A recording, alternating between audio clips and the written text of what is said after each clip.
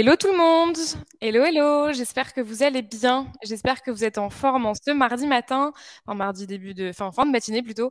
On va passer 45 minutes ensemble pour vraiment comprendre comment faire de la data son meilleur allié. Déjà, merci beaucoup Charles d'être avec nous ce matin. Je suis super contente.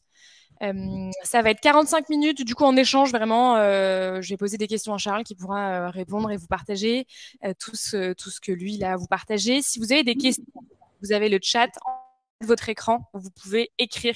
Et comme ça, moi, je saurai votre voix et je poserai à Charles toutes les questions. Alors, pour démarrer, avant de rentrer dans le vif du sujet, je vais juste rapidement vous partager mon écran et vous expliquer qui je suis peut-être aussi et qui on est chez Lyon de manière générale. Alors, est-ce que tout le monde voit mon écran?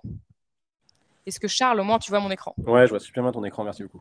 Allez, c'est parti. Du coup, je me présente, je m'appelle Joséphine, je suis en charge de Lyon, j'ai rejoint Lyon en 2019 et j'accompagne du coup les différentes équipes, que ce soit les équipes pédago comme sales, marketing, pour justement faire cartonner Lyon. Et j'ai lancé le programme Data en 2021 pour différentes raisons d'ailleurs, parce qu'à la fois chez nous, chez Lyon et chez Maria Schools, puisqu'on appartient au campus Maria, on avait ces enjeux et ces sujets de data et on n'a pas encore d'experts data et donc on a tous à cœur de monter en compétence sur ces sujets-là. Et aussi parce qu'à la fois, dans les programmes produits et dans les programmes grosses qu'on a chez Lyon, on a toujours une session qui est dédiée à la data avec un angle à chaque fois qui était assez différent.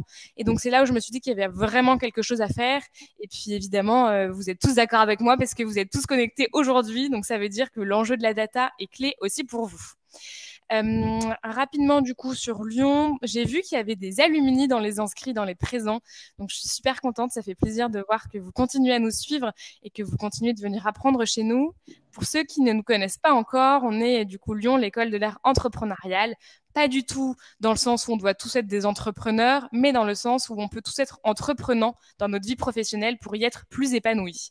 En fait, l'objectif, c'est de se dire que l'apprentissage vous suit du début jusqu'à la fin de votre vie. Donc, on parle beaucoup d'apprendre quand on est au primaire, au collège, au lycée, si on fait des études supérieures. Et puis ensuite, on nous dit un peu, paf, on rentre dans la vie pro. Et là, quoi? Et là, on parle plus trop d'apprentissage, alors que nous, on est convaincus que c'est ce qui vous redonne confiance en vous, c'est ce qui vous permet d'évoluer, de ne pas stagner, d'être curieux, soit d'évoluer au sein de votre métier et dans votre rôle, soit aussi de bifurquer et au fur et à mesure dans notre carrière, on va pas forcément toujours faire les mêmes métiers, ou en tout cas, on va évoluer. On est convaincu que ça passe par l'apprentissage, un apprentissage pardon, très concret, puisque tous nos intervenants sont comme Charles, sont des personnes qui sont en tant que tels, qui sont des experts terrain qui bossent dans des startups scale-up et qui vous partagent leur métier, leurs échecs, leurs réussites, ce qu'ils ont compris, appris, leurs outils, leur vie au quotidien en fonction de leur entreprise. Et donc, c'est vraiment un partage d'expérience pour vous permettre d'apprendre. Un autre pilier très important pour apprendre chez nous, c'est la mise en pratique. Donc là, on ne l'aura pas ce matin à cet event, mais dans nos formations, il y a toujours une partie où on prend en main. Donc, si on vous parle d'un outil, on le teste, d'une méthode, on le fait et on l'applique vraiment à votre quotidien parce que nous, on vous donnera jamais un framework de A à Z à copier-coller et à appliquer chez vous. Et vous le verrez avec ce que Charles va vous partager. Charles va vous partager son quotidien en tant que data scientist chez Preto et avec ce qu'il a pu voir dans son parcours. Mais c'est pas blanc ou noir et c'est pas vrai pour tout le monde, c'est vrai pour lui, pour son environnement, pour la maturité de son entreprise, pour ses compétences et pour les équipes qui l'entourent. Et le dernier pilier de l'apprentissage, c'est la communauté. Donc c'est vous tous, parce que chez Lyon, on forme toutes les personnes qui ont envie de monter en compétences sur des thématiques ou des métiers qui sont liés au digital. Et donc en fait, il y a plein de personnes qui n'ont pas le même background, qui sont pas là pour les mêmes raisons. Et donc c'est cette variété, cette richesse des profils qui permet aussi d'apprendre des uns des autres et de bénéficier de l'intelligence collective. On a été créé en 2016, donc ça fait 6 ans. On a plus de 4500 alumni et plus de 500 intervenants qui viennent du coup de startups scale-up et qui font plein de métiers différents. Pour que ça puisse paraître un petit peu plus concret quand je vous parle de la montée en compétence sur des thématiques ou des métiers qui sont liés au digital, on a des formations d'initiation, d'acculturation aux grosses, aux produits, à la data, et c'est pour ça qu'on est là aujourd'hui, au Web3, au management, etc. Je ne vais pas rentrer dans les détails de tous ces programmes parce qu'on n'est pas là pour ça aujourd'hui, mais juste comme ça vous donne une idée de ce qu'on fait chez Lyon. Et si vous avez des questions, vous n'hésitez pas à m'envoyer un mail. Moi, je vais prendre en note ce qu'on se dit aussi avec Charles et je vous enverrai un mail récap pour que vous puissiez être à fond avec nous et que vous puissiez avoir quand même toutes les informations clés à l'issue, d'ici quelques jours. Voilà pour les programmes. Et évidemment, si on est là aujourd'hui, c'est parce qu'on a lancé un programme data, donc comme je disais au début, en 2021. Et donc là, notre prochaine promotion a lieu en mars. C'est une formation en présentiel qui est comprendre les fondamentaux de la data, maîtriser les piliers, quel que soit son métier. Parce que oui, la data n'est pas que pour les spécialistes. C'est d'ailleurs pas du tout un programme pour faire de vous des spécialistes, mais vraiment que vous soyez en market, en RH, en finance, en ops, en sales. En fait, la data est clé pour gagner du temps, pour être plus performant, pour driver tous les objectifs aussi, et donc pour optimiser tous les process qu'on peut avoir. Donc c'est pour ça qu'on a lancé ce programme il y a plus d'1 an. Donc voilà, si jamais c'est un programme qui vous intéresse, vous n'hésitez encore une fois pas à soit me contacter, soit à aller prendre un rendez-vous directement et à contacter Armand, qui se fera un plaisir de répondre à vos questions. Je me suis présentée et bientôt Charles va se présenter. Alors je vous invite, vous, à vous présenter dans le chat qui vous êtes, ce que vous faites, pourquoi pour vous c'est important la data, pourquoi vous avez envie et pourquoi vous êtes là avec nous aujourd'hui. Servez-vous du chat pour partager toutes ces infos qui permettront à Charles et moi aussi de mieux cibler et d'affiner certaines questions. Donc voilà, le plus d'infos vous pouvez nous partager, le plus on en sait sur vous, le plus cet échange va vous permettre de repartir comblé, nourri et d'avoir appris plein d'éléments différents. Un dernier point qui est aujourd'hui Charles. Je vais couper mon écran parce que maintenant j'ai terminé mon blabla et on peut rentrer dans le vif du sujet que vous attendez tous. Mais Charles est un de nos alumni aussi, donc c'est un double enjeu pour moi aujourd'hui, parce qu'à la fois, évidemment, parce que Charles est data scientist, il va nous partager comment il y est arrivé, pourquoi, comment est-ce que c'est pas non plus à l'image du geek de la data qui ne parle à personne d'autre, qui est complètement que dans la donnée et qui est un ovni pour d'autres personnes pour qui la data fait peur. Donc ça, c'est vraiment nos objectifs aujourd'hui. Et le deuxième aussi, chez Lyon et chez Maria Schools de manière générale, on a à cœur d'avoir des intervenants qui sont par moments des apprenants, qui sont par moments des intervenants. En fait, c'est un peu un cycle de l'apprentissage qui n'a jamais de fin. C'est pas une ligne, c'est vraiment un rond, un cercle. À un moment, vous apprenez, à un moment, vous transmettez, et ça n'a jamais de fin. Donc voilà, je suis super contente d'avoir avec nous aujourd'hui, qui représente complètement cette vision qu'on a chez Lyon et chez Maria. Merci encore, Charles, d'être avec nous. Pour démarrer, est-ce que tu peux peut-être te présenter et nous expliquer un peu ton parcours? Ouais, carrément. Déjà, merci beaucoup pour l'invitation. Bonjour tout le monde. Donc, pour parler un tout petit peu de mon parcours, donc moi, j'ai fait un parcours assez classique pour un ingé. Donc, j'ai fait prépa, ingé. Après, j'ai fait un master en maths info. Et là, je me suis spécialisé en data. Donc, quand je suis sorti, je voulais vraiment toucher un peu à des sujets assez techniques. Donc, je suis entré dans une startup qui s'appelle Adrian Advisor, qui était spécialisée sur machine learning. Et donc, c'était assez cool parce que c'était quelques années maintenant. Et c'était un moment en fait où les grosses boîtes n'avaient pas encore de pôle data. Donc, on avait le droit de faire, en tant qu'entreprise un peu tech, jeune, plein de sujets super sympas. Donc, c'était cool. Je suis resté 2 ans et quelques. Et les sujets étaient vraiment l'optimisation, faire beaucoup d'algo. Donc, c'était super intéressant. Techniquement, j'ai beaucoup appris. Et j'en suis sorti en me disant, en fait, c'est super, mais ça me manque un peu de toucher aux problèmes métiers. Et j'aimerais voir en fait les problèmes un peu dans leur globalité, plutôt que juste la brique techno-algo. Donc, suite à ça, j'ai fait un gros virage, parce que, bon, comme disait Joséphine, c'est sympa d'apprendre, il faut se mettre un peu en difficulté. Et donc, je suis sorti complètement de la brique hyper algotech et je suis parti en conseil en strat, marrant, dans un cabinet en fait qui était assez traditionnel et qui était en train de créer son pôle data. Donc, c'était super sympa parce que du coup, c'était vendre des nouvelles missions, changer un peu les façons de travailler et c'était super intéressant. Et donc là, au lieu d'être vraiment dans la brique tech, j'étais dans des sujets beaucoup plus macro strat et comment est-ce qu'on fait évoluer des process. C'était super cool. Je suis resté aussi 2 ans et demi. Et à la fin, en fait, j'étais un peu frustré parce qu'on était toujours en conseil. Donc, il me manquait un peu la partie je suis ce que je suis en train de faire. J'accompagne vraiment. Et on était plutôt dans la suggestion de changement, montrer que ça devrait marcher et on partait. Et après, suite à ça, je suis rentré du coup chez Preto il y a à peu près 2 ans, un an et demi. Et du coup, c'est un peu le poste que j'occupe aujourd'hui parce que je suis estampillé data scientist, mais en fait, vu qu'on est une toute petite équipe data, j'ai des sujets qui sont pas juste on va faire de l'agro ou pas juste qu'est-ce qu'on pourrait faire avec la data. C'est vraiment des sujets qui sont sur un peu toute la chaîne de valeur data. Ce qui fait, on en reparlera après, mais ce qui fait que en arrivant, moi, mon boss m'avait conseillé de faire une formation PM en me disant ça pourra vraiment te servir à vue de ton boulot. C'est comme ça que je suis devenu un alumni de Lyon, donc je suis super content. D'ailleurs, j'ai découvert qu'on disait Lyon et pas Lyon. Donc, Et oui. En vrai, il y a pas mal d'intervenants qui disent Lyon, donc il n'y a pas. moi, je suis Voilà, nous presque on sûr dit que Lyon, j'avais mais. entendu Lyon dans la formation. Ça m'étonne pas. On crée le suspense, tu vois. Exactement. Et donc voilà, aujourd'hui, donc, je suis chez Preto. Donc Preto, c'est un courtier en pré-IMO en ligne. Donc c'est une startup qui a été créée il y a 7 ans, 8 ans. On est 250 aujourd'hui. Et donc dont l'objectif, c'est vraiment faire de l'expérience d'achat, qui est un moment qui est hyper stressant, un moment qui est moins stressant, donc plus cool, en se disant, en fait, acheter, c'est un beau moment de vie. Hmm. Le fait d'acheter ne devrait pas être aussi horrible. Donc, on va vous accompagner et faire en sorte que ça soit mieux. Et donc, vu qu'on est une boîte qui est très digitale, on a énormément de sujets data. Donc, je suis très lié aux produits, au market, à la grosse. On reviendra sur ça un peu après. Et donc, c'est cool. Trop bien, merci beaucoup. J'ai vu aussi, du coup, dans le chat, il y a pas mal de personnes qui sont PO ou PM et qui donc se posent ces questions-là. Donc, parfait, qu'en plus, comme toi, tu as suivi la formation et que tu bosses pas mal avec ces équipes, tu vas aussi pouvoir partager là-dessus vachement d'insights. Peut-être revenir un peu sur toi, ton métier.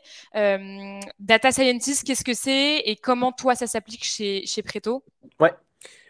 Donc, concrètement, si on prend les métiers de la data, on a une chaîne de valeur qui est assez large parce qu'il y a à la fois des gens qui vont émettre de la donnée. Donc, ça peut être tout ce qui est dev, par exemple. Après, il va y avoir des gens qui vont faire de la tuyauterie. C'est comment est-ce qu'on fait en sorte que tout ce qui est émis se retrouve au bon endroit. Donc, ça va être ce qu'on appelle des data engineers. Donc, ils vont construire les warehouses, faire en sorte que la donnée est qualifiée, claire, euh, auditable, vérifiée. Donc, ça, c'est un job qui est super important. Si on va un tout petit peu plus loin, on va avoir des data scientists qui vont enrichir cette donnée. Donc, ça peut être soit on utilise la donnée et on construit des indicateurs qui sont un peu composites, qui vont consolider la donnée, soit faire vraiment des algorithmes. Donc moi, c'est une grosse partie de mon boulot. Donc les algorithmes, ça va être comment est-ce que je vais utiliser mes données historiques, par exemple, pour essayer de calibrer des modèles et faire des modèles prédictifs sur ce qui va se passer. Donc là, c'est un petit peu abstrait, mais on peut très bien se dire, de façon assez simple, en fait, c'est juste, chez Preto, on a une problématique qui est super simple. On est un courtier en pré-IMO, ce qui fait qu'une personne qui vient chez nous, entre le moment où elle arrive et le moment où on gagne de l'argent sur cette personne, il peut y avoir 6 mois. Or, le market, ils ont besoin de savoir assez rapidement si l'acquisition payante est rentable, parce qu'ils ne peuvent pas Mhm. brûler de l'argent en disant c'est bon, on verra dans 6 mois, ça ne marche pas comme ça. Et donc, un algorithme qui est super simple, c'est de dire est-ce que cette personne, j'estime qu'elle va être rentable ou non. Et est-ce que quel budget hebdomadaire je vais me donner en acquisition pour dire en fait, je suis rentable ou non. Et donc, estimer un nouveau client quand il arrive, le chiffre d'affaires qu'on espère générer sur lui, c'est possible en faisant des algorithmes prédictifs qui disent, en fait, il y a 6 mois, un mec qui ressemblait à ça, on l'a envoyé, oui, non, peut-être. Bon, bref, donc data scientist, c'est vraiment au milieu, on a de la donnée qui est au bon endroit et on va l'enrichir. Et après, on va aller un petit peu plus loin, on va avoir des data analysts qui vont être affiliés à des métiers et dire, en fait, là, on construit des KPI, on construit des indicateurs, on va participer à définir des OKR potentiellement, donc Mhm. des objectifs et des résultats clés, et bosser avec les métiers, mettre des dashboards, ce genre de choses. Euh, et après, on peut même se mettre sur une parallèle. Il va y avoir des PM data qui vont dire, en fait, les sujets ne se valent pas. Et on va revenir à des sujets de PM. Et c'est vraiment comment est-ce qu'on priorise les tâches, comment est-ce qu'on fait en sorte qu'on valorise au mieux les équipes et le temps pour faire des sujets à impact maximum. Donc moi, mon expertise initialement est sur la partie data science, donc faire des algos. Mhm. Mais dans mon expertise, en fait, moi, j'ai été chercher, enfin dans mon expérience, en tout cas, j'ai été chercher à aller un petit peu plus loin que ce truc-là et aller toucher à tout. Ce qui fait que chez Preto, je touche un peu à tout. Donc, je vais à la fois faire une partie data eng, data science, PM, data analyst, c'est sympa. Trop bien. Donc, tu as vraiment un rôle hyper 360. J'ai juste une petite question quand tu parles de là, par exemple, faire des algos pour la rentabilité d'un client. Et est-ce que ça, enfin, combien ça va nous coûter? Est-ce que ça a du sens? Est-ce que c'est toi qui vas vers les équipes en disant, voilà, moi, je vous propose ça, il faut réfléchir à ça? Est-ce que c'est les équipes qui viennent avec toi en amenant les problèmes? Comment ça se fait? Évidemment, on Ouais, va creuser un peu plus tard, mais juste là, ça, c'est l'éternelle question. Est-ce que les métiers sont assez smart pour sortir des sujets innovants? Et inversement, est-ce qu'un sujet innovant qui est forcé à un métier, ça marche? Alors, d'expérience, euh, ça marche mieux quand le métier vient avec un problème qui est bien identifié en disant on sait le faire de manière bête, on aimerait faire mieux. ok. Et là, c'est vraiment le market, ils comprennent assez vite le sujet. On a 6 mois de temps, on n'arrive pas à comprendre. Et piloter avec 6 mois de retard, c'est un sujet. Donc ça, c'est un Mhm. problème qui est venu du market. Euh, et en général, c'est plutôt comme ça que ça se passe d'ailleurs, hein. Ok. C'est mon grand malheur, mais en fait, quand on lance un sujet côté data en disant on a une super idée, les mecs, on va changer le monde, on a un super algo qui marche et que les gens ne comprennent pas forcément le besoin, qu'il a mal été identifié, que ça ne correspond pas à leurs usages, que le change est pas prêt, c'est plus compliqué. Ouais. Et donc là, nous, enfin, on avait fait un super truc chez Preto, on s'était dit, un expert crédit va avoir forcément envie de, quand il y a un dossier compliqué, de prendre un dossier qui est similaire. et dire, mais en fait, j'arrive pas à le sortir. Est-ce qu'on en a un qu'on a réussi à faire passer Mhm. dans le temps et faire un montage financier intelligent? Donc, on a créé toute une mesure de similarité entre dossiers. On a balancé un nouvel outil, on l'a balancé aux OC. Je pense qu'il a été utilisé environ 20 fois en 4 ans. Donc voilà, c'est un sujet. Pourtant, l'idée était bonne quand même. Tu peux te dire Ouais, que. l'idée était bonne, mais c'est pour ça qu'en fait, sur la data, on se rapproche aussi des sujets PM de temps en temps, Mm. où il faut se rapprocher du besoin et assurer qu'il y a un besoin, et surtout, derrière, quand on est dans une boîte qui en fait vraiment quelque chose, s'assurer que ça peut s'intégrer à un process, ça peut s'intégrer, en fait, qui est l'utilisateur final, est-ce que ça s'intègre à son job, oui, non, peut-être, et si oui, bah trop bien, sinon, comment est-ce qu'on fait en sorte que ça le valorise, et comment est-ce qu'on justifie qu'il gagne du temps? Ouais. Trop bien, hyper clair. Et c'est vrai aussi quand on parle du produit, on parle tout le temps de partir du problème, problème, problème, problème.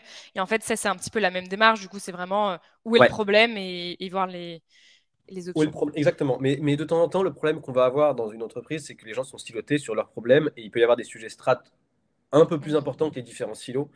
Et c'est là qu'en fait, j'ai un job chez Preto qui est assez sympa parce que moi, je touche avec tout et je bosse avec toutes les équipes. Et donc, de temps en temps, enfin là, je suis en train de de pousser un sujet, par exemple, data, qui, je pense, marchera super bien, qui est transverse. Euh, et en fait, ça peut le faire. Donc, le sujet dont on parle, c'est en fait essayer de jauger l'aspect du marché immobilier en ce moment et de valoriser au mieux ce qu'on ne sait pas. C'est-à-dire Mhm. qu'aujourd'hui, on sait les taux augmentent très très vite. Nous, chez Preto, on a des partenaires bancaires avec qui on va communiquer très fréquemment, qui vont mettre à jour leurs grilles, mettre à jour leurs informations, et donc on va avoir quelque chose d'assez juste. Seul problème, on n'a pas 100% de la couverture bancaire. La question, c'est comment est-ce qu'on fait pour être meilleur sur les banques qu'on n'a pas, comment est-ce qu'on utilise au mieux les informations qui sont données par nos clients. Et donc de temps en temps, on a des clients qui arrivent en disant, bah moi j'ai eu un 3.1 chez Crédit Agricole, ok super. Comment est-ce que cette donnée, on arrive à en faire quelque chose? Donc c'est un problème qu'on avait strat en disant, on sait que le marché évolue super vite, on sait qu'il y a de la donnée, on ne sait pas trop ce qu'on peut en faire.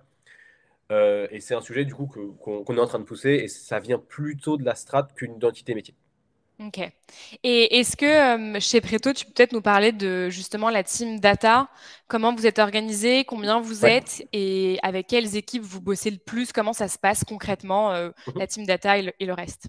Donc déjà, Préton, on est à peu près 250. On a beaucoup de sales, pas mal de market. Et côté tech, on doit avoir une quarantaine, cinquantaine de devs. Et après, côté produit, donc la data était rattachée au produit à la base.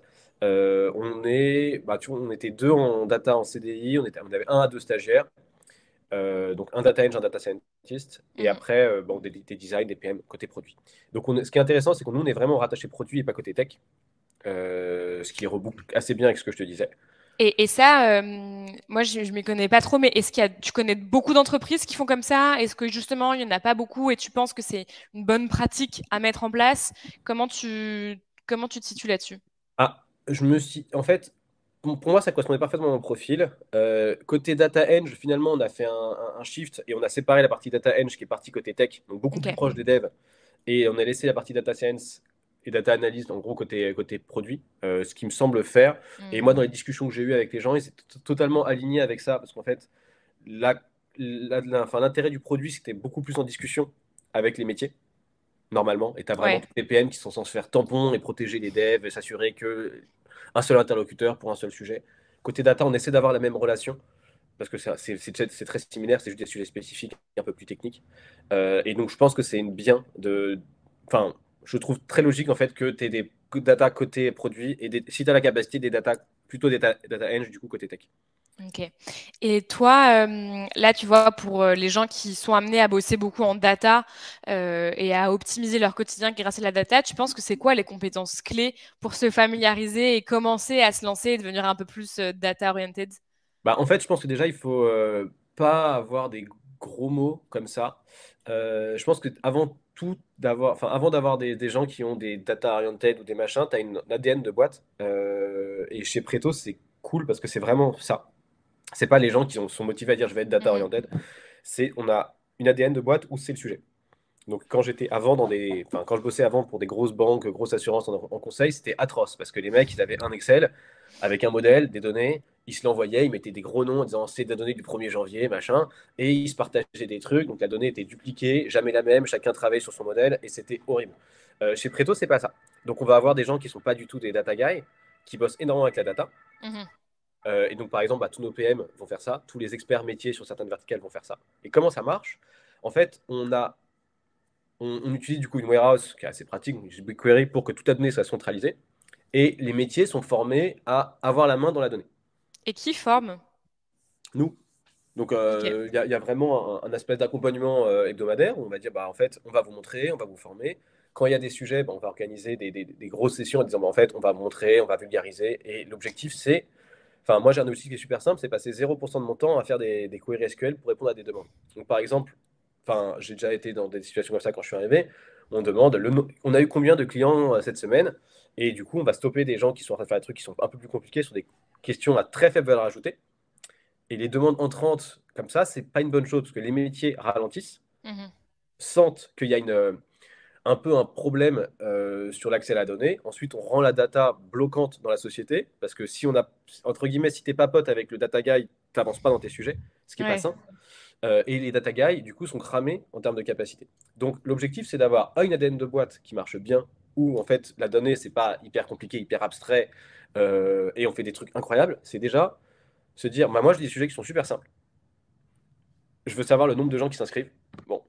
Et si c'est compliqué, c'est qu'il y a un problème quelque part.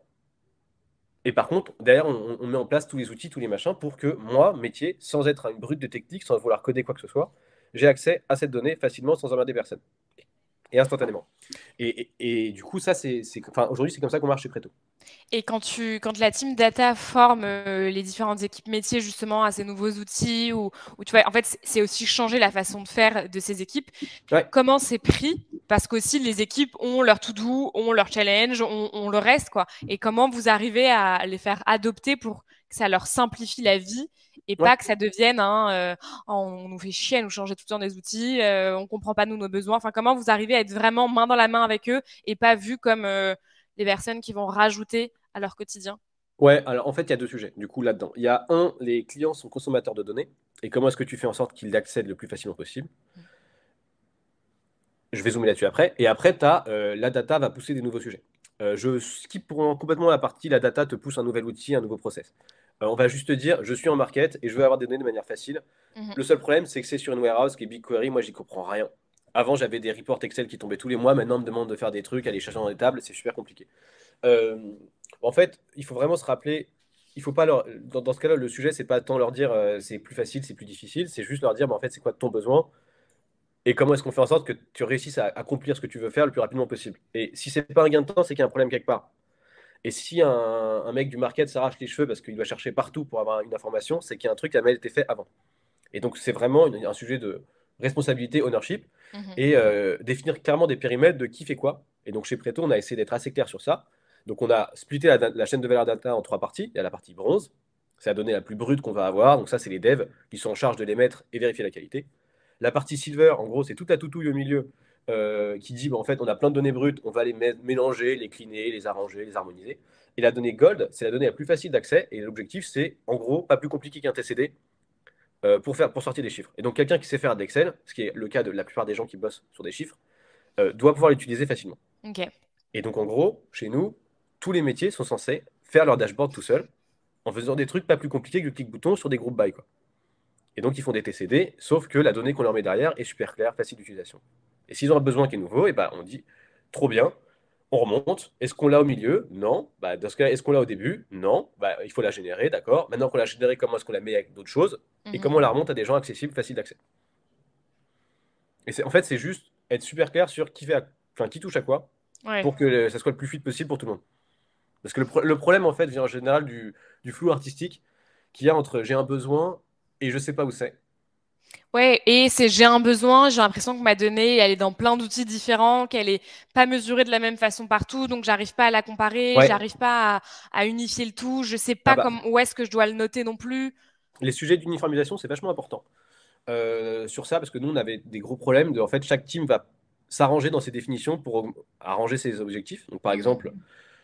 exemple super simple, chez Preto, on va dire quelqu'un qui prend un rendez-vous, c'est une bonne chose.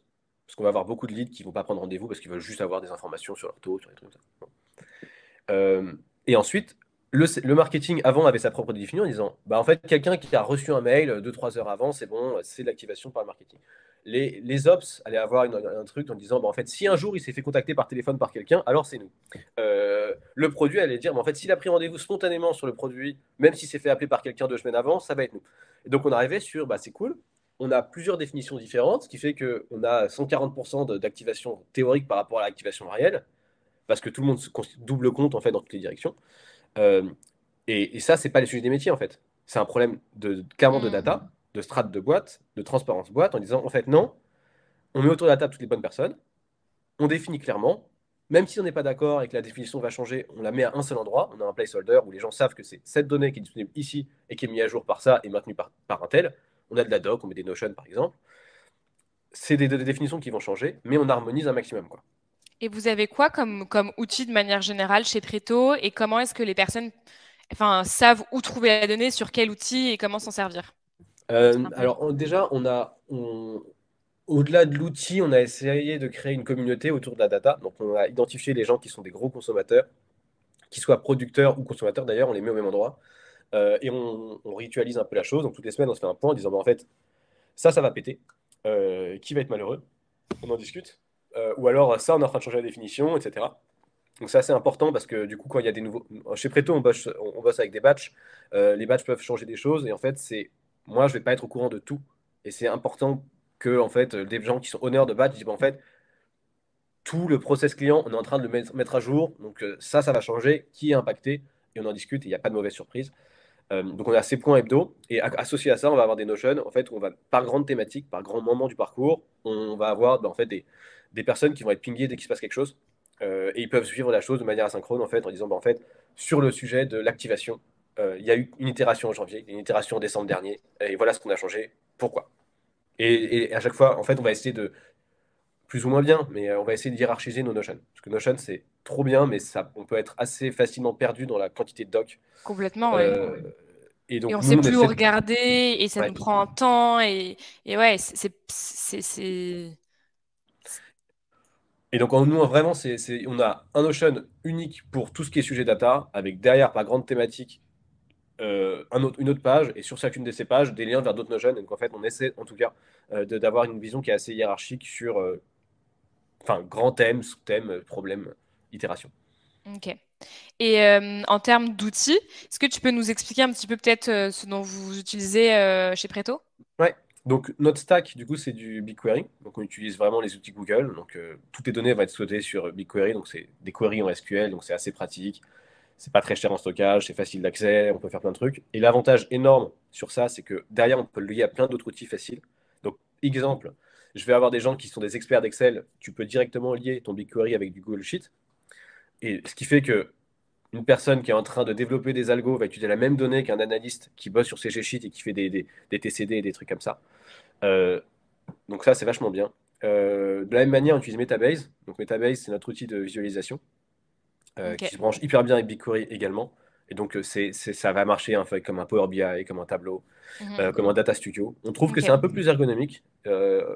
Chez nous, enfin, c'est vraiment bien utilisé. Et l'avantage qu'on a, c'est que les métiers peuvent faire du clic-bouton, créer des dashboards, créer des vues, créer des choses assez facilement. Donc, on a toute notre stack qui est sur BQ. En dessous de ça, on va avoir des API qui sont appelées, des données Heroku, des machins. Mais on va essayer de mutualiser au maximum toutes nos données à un seul endroit harmoniser là-dedans, et après les rendre accessibles à tout le monde, donc que ce soit des métiers, que ce soit de la data, que ce soit comme ça. Ok. Et ensuite, donc ça c'est les outils data, et après en termes de gestion de projet, on bosse beaucoup avec du Asana ou du Notion. Donc ça c'est rien de très original, mais ça marche quoi. Ouais. Trop bien. Hyper clair. Hyper clair. Hop. Je vous enverrai du coup tous les liens pour ces différents outils. Est-ce que tu peux, toi, peut-être nous partager, Charles, avec, quelles sont les équipes avec qui tu bosses le plus sur ces sujets-là? Ouais. Et peut-être les use cases qui reviennent le plus, ou tu vois des choses où tu te dis, en fait, ça, de manière générale, c'est des cas qui arrivent toujours sur l'utilisation de la data, l'optimisation, les gains de temps, l'efficacité, etc. Alors, les métiers avec lesquels je bosse le plus, euh, donc déjà de manière assez surprenante, ça j'avais fait un point, je bosse très très peu avec la partie tech. Donc le CTO, c'est la personne que je vois limite le moins. Je bosse beaucoup plus avec tout ce qui est lié au produit, donc les PM énormément, énormément avec la partie market, donc la partie grosse notamment, acquisition, beaucoup avec les ops, parce que chez Preto, on a des sujets qui sont entre le produit et l'humain, et du coup, il y a énormément de sujets là-dedans. Et même les ops pour le tracking de manière générale de nos performances, de définition des KPI. Donc c'est vraiment market, ops et produit. Ok. Et après, des sujets qui vont être un peu spécifiques. Donc, par exemple, chez Preto, on a un pôle banque qui est du coup en charge de nos relations avec les banques pour qu'on ait des bonnes conventions, pour qu'on ait des bonnes offres pour nos clients, etc. Et donc, on va avoir aussi des sujets parce que c'est super data. Mais c'est moins des sujets, enfin, c'est un peu moins des sujets récurrents parce qu'il y a des itérations un peu plus longues. Et les pains que tu rencontres ou qui les rencontrent à ces moments-là, généralement, c'est dû à quoi? Alors, les peines qu'ils vont rencontrer, c'est en fait ce que tu décrivais tout à l'heure, c'est je suis en train, par exemple, je vais prendre l'exemple d'un produit, je mets en place quelque chose et j'aimerais mesurer si ça marche. On n'est pas du tout dans de l'algorithme, on est vraiment dans un truc super simple de PM, Mhm. typiquement. Et ça va être, je sais pas, exemple super simple, hein. On change un tout petit peu l'interface en disant on a envie que les gens prennent moins, enfin, prennent plus rendez-vous et appellent moins violemment les experts parce qu'en fait les mecs sont occupés en journée. Donc on a changé l'interface, on a changé le wording, on a mis en gris clair, on a au lieu de ok, super simple. Sauf que entre j'ai fait une modification de produit et derrière j'ai lié tout mon truc avec du tracking de call par téléphone, c'est pas évident à faire. Et donc un des gros sujets qu'on va avoir côté produit, c'est je suis en train de faire un batch qui est censé faire quelque chose. Comment est-ce que je mesure que je suis performant? Quel KPI, quel indicateur je crée et où est-ce qu'on le met et où est-ce qu'on peut le suivre? Et donc ça c'est important parce que du coup, de temps en temps, on a des grandes idées, on dit on va faire toute la partie produit, tout le développement, et après, quand on est en train de recéter et vérifier que ça marche bien, on ne sait même pas ce qu'on essaie de traquer. Et donc définir proprement ce qu'on essaie de faire et comment on va le mesurer, c'est super important. Sans parler d'algo, franchement, c'est juste la transfo qu'on attend, c'est ça, et comment on va le mesurer, c'est super important. Et c'est en général pas très bien fait parce qu'on y pense à la fin et c'est un peu dommage. Et Et vous traquez ça sur... Enfin, tu vois, comment vous le traquez? Où est-ce que vous retrouvez pour que ça soit partagé à tous, par exemple? en fait, tout ne doit pas être partagé à tout le monde déjà. Tu as une donnée qui est spécifique à un batch et ça sert à rien que ça soit disponible de tous parce que ça n'intéresse pas tout le monde. Et après, on va faire du coup on va qualifier des données, les mettre propres à un seul endroit qui sert à un batch donné et le mettre dans un endroit où en fait les gens savent qu'ils vont trouver leurs informations sur ce sujet. Donc on va, comme je te disais tout à l'heure, documenter par grosse thématique. Et on va dire, bon, en fait, sur la thématique de la prise de rendez-vous, typiquement, tous les trucs vont être là-dedans. Ok, donc tu Et vas avoir par des thématiques produits, puis genre typiquement là il y a une question d'Ivan sur la user research. Tu peux retrouver toutes tes thématiques de grosses questions par ces métiers-là qui ont été remontés et pourquoi vous avez pris ces décisions et comment retrouver l'info, c'est ça? en théorie, ouais. Après, le sujet, c'est que là, sur le sujet, tu n'es pas que sur de la data, tu vas être aussi sur la partie produit. Tu vois, Ouais. sur tes itérations, il y a une grosse partie qui va être vraiment de la modification du produit, modification du parcours, où en soi, bah, moi, je vais pouvoir dire, bah, en fait, ça a bougé parce qu'il y a une itération produit. Je ne vais pas m'amuser à redocumenter tout ce qu'ils ont fait, pourquoi ils l'ont fait. Tu vois, je vais mettre le lien vers le Notion en disant, il y a eu cette itération, mais je ne vais pas documenter 100% des choses. Ok. Et il n'y a pas trop tout le temps les mêmes questions, tu vois. Nous, on a pas mal ces questions en interne de trop de demandes dans tous les côtés et du coup, on s'en sort pas et du coup, tu n'arrives Ouais, pas à prioriser parce que tu vois, tu vas avoir à la fois la team market, ops, produit. Comment tu gères ton temps et comment. ouais, bah en fait déjà je pense que c'est ce que je te disais tout à l'heure, tu as trop de demandes, potentiellement des demandes qui sont pas forcément pertinentes et où tu n'as pas besoin d'un expert. Mhm. Les demandes inutiles, nous on a un objectif de zéro demande de dashboard, tu vois. Non mais c'est vachement difficile, hein. Enfin, moi quand je suis arrivé c'est très tentant. Une personne te demande un truc, tu le fais vite fait, ça prend pas Ouais. longtemps, ça prend 10 minutes et tu fais ça toute la journée. Et à la fin de la semaine, tu as dit bah, ça c'est cool, j'ai eu 8 heures de productivité dans ma semaine parce que j'ai été cramé sur 1000 sujets différents et ça fatigue. Beaucoup de charge mentale sur ça. Donc non, nous, en fait, sur ça, on essaie d'éviter les petites demandes justement pour avoir du temps pour faire des gros trucs, quoi. Ok. Et ça marche pas si mal parce que si tu prends le temps Enfin, tu vois, c'est vraiment, si tu as quelqu'un qui meurt de faim, est-ce que tu l'apprends à pêcher ou est-ce que tu donnes un poisson, quoi? Bah, c'est exactement la même chose. T'as l'impression que c'est une perte de temps de lui apprendre à pêcher, mais sur du long terme, c'est malin. Et c'est ce qu'on essaie de mettre en place pour justement ne pas se faire cramer par 1000 demandes intempestives très redondantes. Et aujourd'hui, ça marche bien parce que quand je suis arrivé, on avait beaucoup de petites demandes. Aujourd'hui, j'en ai vraiment beaucoup moins. Et c'est encore en train de baisser parce que je suis en train de enfin, en train de faire des trucs qui sont assez cool. Euh, et en fait, je pense qu'il ne faut pas rester sur le constat que ça marche comme ça. Il faut essayer de faire en sorte que ça soit pas comme ça, quoi. Et tu vois, tu nous disais que tout le monde fait ses propres dashboards pour pas vous faire perdre du temps là où en fait c'est pas forcément là où vous avez le plus de valeur ajoutée. Donc tout le monde et tous vos dashboards vous les faites sur Metabase, c'est ça? Une grosse partie va être faite sur Metabase, mais dès que ça commence à être un peu strat et que les gens aiment faire des toutous, ils vont se mettre sur Gsheet. Ok. Et Metabase, du coup, tout le monde est formé là-dessus? Tous ceux qui en ont besoin, oui. Mais Et tout le monde n'en a pas besoin. il y avait une question de Damien, la différence ou les avantages entre Metabase et Data Studio, tu dirais que c'est quoi? J'ai l'impression que Data Studio est quand même un peu moins ergonomique dans sa présentation. Nous, tout le monde ne va pas aller sur BigQuery ou sur GCP. Euh, et on trouve, si tu veux, qu'en termes de clic-bouton, c'était quand même très sympa d'avoir du Metabase, mais c'est une question. Enfin, pour moi, l'outil, tout marche, quoi. Tu veux utiliser Ok. du Data Studio, ça marche. Faut juste que ça soit bien utilisé en interne et que les gens soient fine avec, quoi. En fait, je pense qu'il faut juste éviter d'avoir deux outils concurrents. Oui. Euh, c'est la mauvaise pratique. Deux outils différents et deux sources de données légèrement différentes sur le même sujet, c'est une mauvaise idée, quoi. Mais par Ok. exemple, nos PM vont utiliser vachement Mixpanel pour l'analyse de funnel. Et c'est les seuls à utiliser Mixpanel, mais c'est important qu'il l'ait parce qu'on va pas s'amuser à recoder Mixpanel en Metabase, quoi. Ok. Donc, quand tu peux avoir deux outils différents, si c'est des use cases vraiment différents et que c'est bien fait dans un outil spécifique, quoi. Et tu vois, genre Mixpanel, quand la team produit s'en est servi, est-ce qu'ils t'ont posé la question? Enfin, comment vous faites pour qu'il n'y ait pas des doublons et pour que toi tu sois au courant et que tu puisses dire attention, là c'est un peu la même donnée, c'est un peu dommage et là il y a ça et ça dont vous vous servez pas sur Metabase qui pourrait être utile finalement? Ouais, c'est une super bonne question. J'ai eu un point la dernière fois avec une PM et une fille du market. Et en fait, c'était que je veux tout mettre sur Metabase. Et finalement, on s'est rendu compte que le Mixpanel servait parfaitement pour le besoin du market et qu'inversement, côté market, ils avaient aussi un outil, qui est notre outil de CRM, qui marchait parfaitement pour le besoin de l'APM. Bon, ce qui fait que moi, j'ai juste dit, bon, bah, en fait, l'APM utilise l'outil du market et le market utilise l'outil du PM et ça va marcher très, très bien. Et on évite, en fait, c'est via la communauté de data, si tu veux, où les gens vont dire, en fait, est-ce qu'on aurait déjà ce truc quelque part, qu'on évite de faire des doublons. Parce Ok. que le sujet que tu as, c'est vraiment deux analyses quasi similaires qui n'arrivent pas à la même conclusion et tout le monde est content et au final tu sais pas où aller. C'est un gros sujet. Donc éviter les doublons d'outils et d'analyse, c'est important. Mais je dis pas, on n'est pas nickel, hein. On essaie de le faire, on est mieux qu'avant, mais c'est un travail en continu, hein. Ouais. Si on revient un peu sur le fameux titre de notre webinaire qui est un peu les 5, enfin c'est pas un peu, c'est complètement les 5 conseils que tu donnes pour faire de la data son meilleur allié. Ouais, Là, si on résume un peu, donc tu nous as parlé d'éviter les doublons d'outils, de traitement de données, d'avoir des ambassadeurs entre guillemets de la data aussi pour échanger à ce niveau-là. Est-ce qu'on peut peut-être revenir sur les conseils pratico-pratiques que tu ouais. peux nous partager pour quel que soit son métier justement devenir copain et se servir de la data enfin vraiment. Moi, j'ai l'impression que par moment, on démarre, tu vois, nous, on s'était dit, il y a plein de KPI à suivre et tout. On a démarré plein de fichiers, on l'a jamais mis à jour, on n'a jamais regardé. Donc, Ouais. ça serait quoi, toi, tes grands conseils? Bah, le premier grand conseil, je pense que c'est en fait bien réfléchir à ce que tu veux faire et comment tu vas le mesurer. Et surtout éviter le trop de chiffres.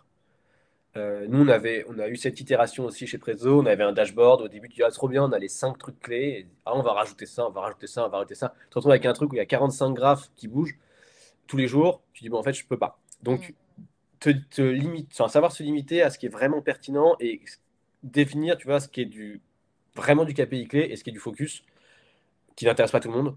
Tout n'intéresse pas tout le monde et c'est important de le savoir et d'être clair là-dessus. Et donc, juste dire, bon, en fait, c'est ça que je veux vraiment regarder. Ça intéresse telle personne et ils vont le voir et derrière, les focus liés. Et comment est-ce qu'on le mesure? Super important. Parce que sinon, en fait, et donc du coup, c'est vraiment des discussions avec le métier pour être sûr que si tu leur balances des chiffres, ça les aide dans leurs décisions. Et tu peux imaginer ça vraiment comme quand tu bosses avec des maquettes Figma. Tu peux très bien te dire, bon, bah, scénario type, je te dis, j'ai ce graphe, il y a écrit 12, 14, 17, 22. Est-ce que ça t'aide à faire ton job? Oui, non, quoi. Et si la réponse est non, c'est que le graphe sert à rien. Donc c'est cool de Mm. demander du travail aux autres. C'est cool de te dire, j'ai les chiffres. Mais si ça aide pas les métiers dans leur job, ça sert à rien enfin, tu vois, de les noyer dans l'information. Trop d'infos, tu l'info.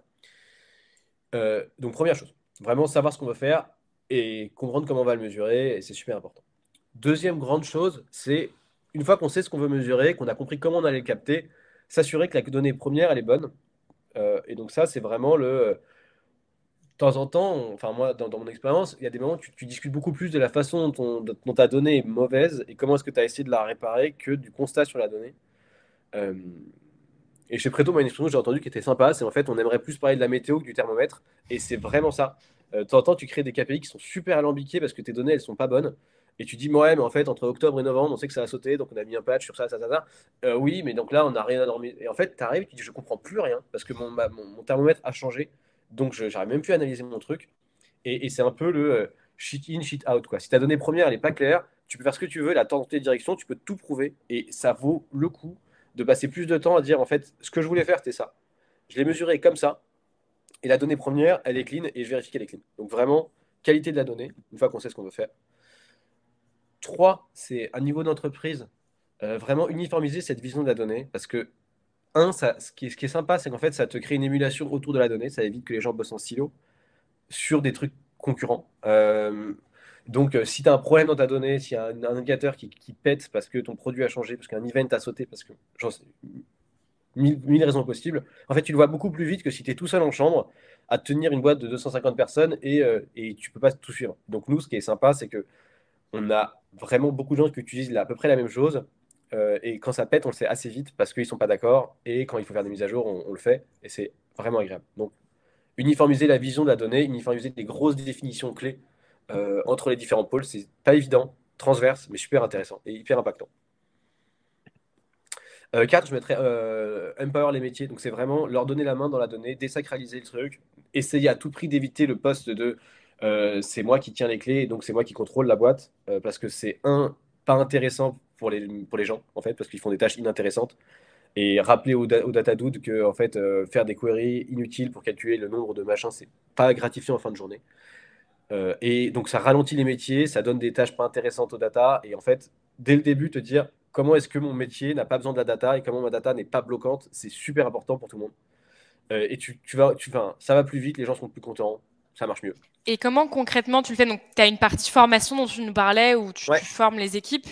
Euh, Comment tu fais pour que du coup, bah, justement, chaque équipe soit plus autonome là-dessus, ce qui est ouais. quand même un des grands enjeux, bah, je pense, beaucoup de personnes. Bah, en fait, si tu veux, prenons un cas Lion, j'en sais pas, vous allez dire, en fait, nous, notre gros sujet, c'est qu'on veut à la fois suivre le nombre d'élèves qui s'inscrivent, le nombre d'élèves qui viennent, le nombre de profs différents, est-ce qu'on fidélise les profs, ce genre de trucs. Ok, bon, il y a plein de sujets. Mm. Profs qui reviennent, et c'est durée moyenne bon, j'en sais rien. Tu dis, voilà, il y a 1000 sujets. Ok.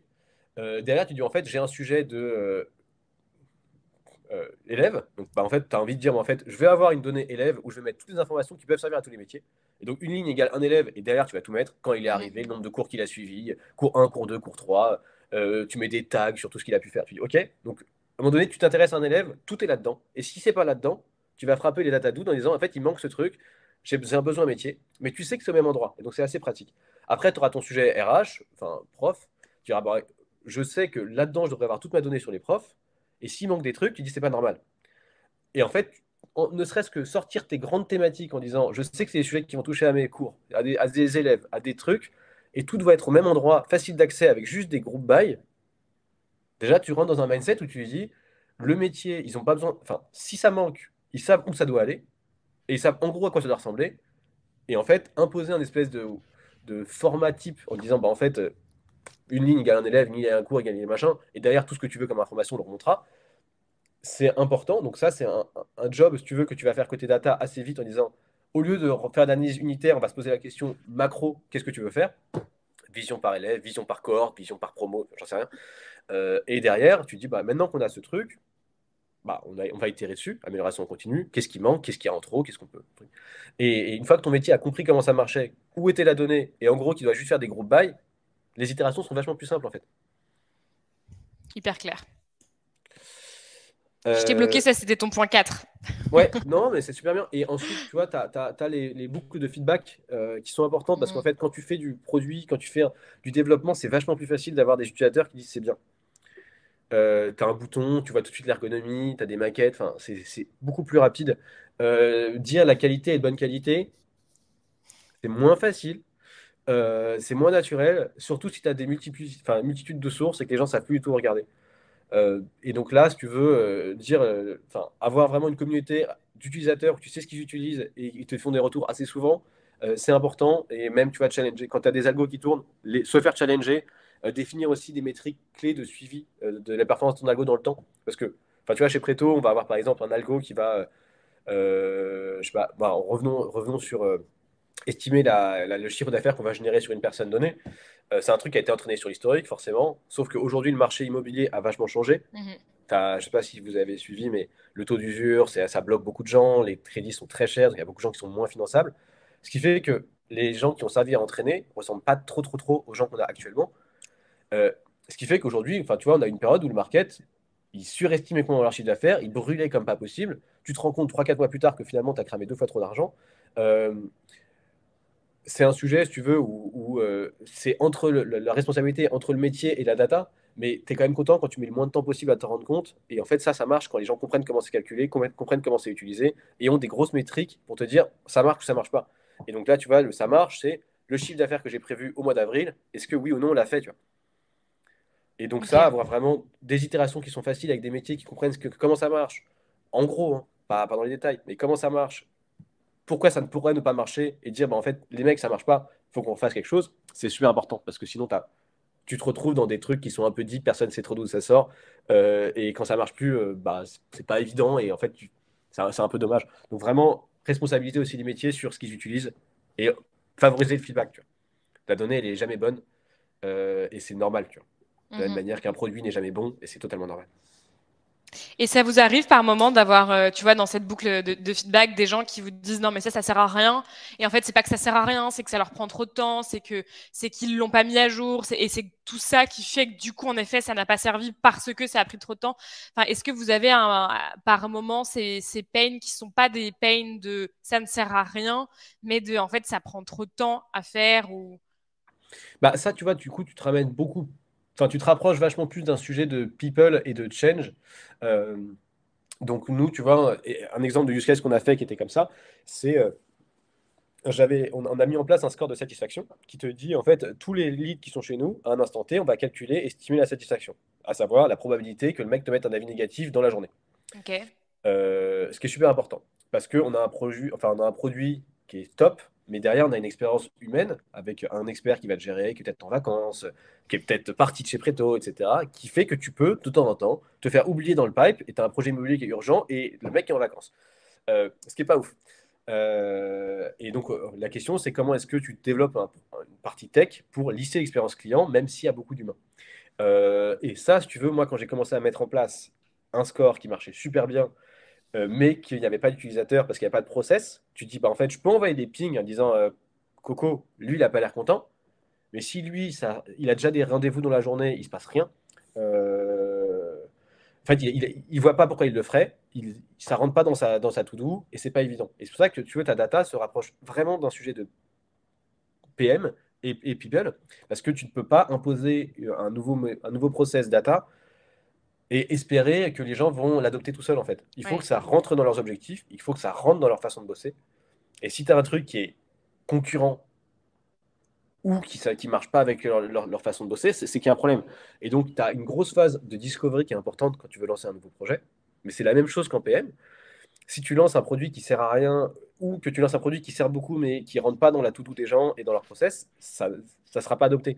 D'où le fait de vraiment passer beaucoup de temps a priori pour savoir ce que tu veux faire, pourquoi tu veux le faire et comment ça va être utilisé. Quitte à avoir au début un algo qui est pourri, hein. Et Hyper encore, enfin, intéressant. et aux limites, tu préfères un algo pourri pour commencer où t'as pas passé de temps et beaucoup de feedback et Ouais. les gens, et c'est sympa, plutôt qu'un algo qui est top que personne ne va jamais utiliser. Et donc chez Preto, tu vois, moi je passe, comme je te disais, la partie data science qui est vraiment faire des algos, je passe très très peu de temps à faire des algos hyper fités parce qu'en fait, le sujet il est jamais sur j'ai un algo qui marche à 80 et j'ai passé un mois de plus, il est à 83% de précision, tu t'en fous en fait. Déjà, un truc qui marche à 80 qui est utilisé, ça vaut beaucoup plus qu'un truc nickel jamais utilisé. Trop bien, hyper clair. Je vois que l'heure défile. J'ai une dernière question pour toi. Pour nous, toutes les personnes où soit on n'a pas d'équipe data ou alors c'est encore malheureusement il y a beaucoup de silos et donc c'est difficile de beaucoup bosser avec eux. Tu dirais, enfin, est-ce que tu as plutôt des newsletters, des ressources, des podcasts, des vidéos, n'importe un bouquin, quelque chose à nous partager pour commencer à s'intéresser de plus en plus à la data et suivre une personne ou tu vois, est-ce que tu as des sources d'inspi un peu sur la data au quotidien? Pas suis tant que très ça. mauvais, je suis très mauvais élève, je suis désolé, c'est une question que j'aurais dû préparer. Non, non, en fait, moi, je suis un mauvais lecteur. J'aime bien mettre les mains dans le cambouis pour comprendre. Et je suis plutôt dans l'apprentissage enfin, le test and learn, moi, c'est vraiment quelque chose que je marche plus comme ça. Donc, j'ai des bouquins qui sont théoriquement bien, mais que je n'ai jamais ouverts, donc je ne les conseillerais pas. Non, non, je pense que, franchement, regarder des boîtes qui ont une bonne enfin, une bonne culture tech, essayer de comprendre comment ils interagissent avec les métiers. C'est important. Et je pense que si on a pas mal de PM, PO, ils doivent avoir dans leur entourage des gens qui bossent dans ce genre de structure. Ça vaut toujours le coup de passer un coup de fil pour comprendre comment ça s'articule justement avec la data. Et est-ce qu'ils ont réussi à craquer la data qui est. Est-ce que c'est paralysant ou est-ce que c'est enablant, quoi? Et c'est vraiment le sujet, tu vois. Donc moi, j'irais plus prendre de l'expérience réelle de proches. Mais bon, c'est ma façon de bosser. Ouais, bah, franchement, sur mettre les mains dans le cambouis et aller voir comment c'est fait ailleurs pour voir comment on peut le faire chez nous. Nous, on est complètement en phase avec ça chez Lyon, puisque c'est aussi pour ça qu'on a à chaque session un intervenant qui vient d'une entreprise différente, hein. C'est pour comprendre comment c'est fait ailleurs et là-dessus, hyper clair. Bah, merci beaucoup, Charles, pour ce moment ensemble. C'est passé super vite. C'était hyper intéressant, aussi hyper intéressant parce que tu vois, quand on se dit un data scientist, franchement, on se dit, mais voilà, il fait de l'algo toute la journée, il comprend pas la réalité métier, il est pas ancré avec la majorité des teams de la boîte. Et bah, tu nous as bien montré le contraire et que tu bossais vachement plus avec les équipes métiers qu'avec d'autres personnes en data. Et à quel point aussi, et ça, c'est une réflexion de manière générale, mais en fait, ton titre de data scientist, tu as tout le scope de la data et ton objectif, en fait, c'est de faire monter en compétence aussi toutes les personnes dessus. Et donc, c'est hyper intéressant et on pourrait en parler pendant franchement trop longtemps. Donc, merci encore, Charles. Ouais. Merci à tous d'être restés avec nous jusqu'à cette heure parce qu'on a un petit peu débordé. J'espère que ça vous a plu. Je vous envoie un mail récap.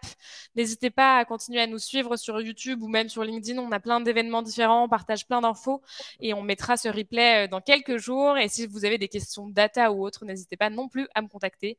Je vous souhaite à tous une très très bonne journée. Merci encore, Charles. Et puis à très vite. Bonne Merci à toi. journée. Bonne journée tout le monde.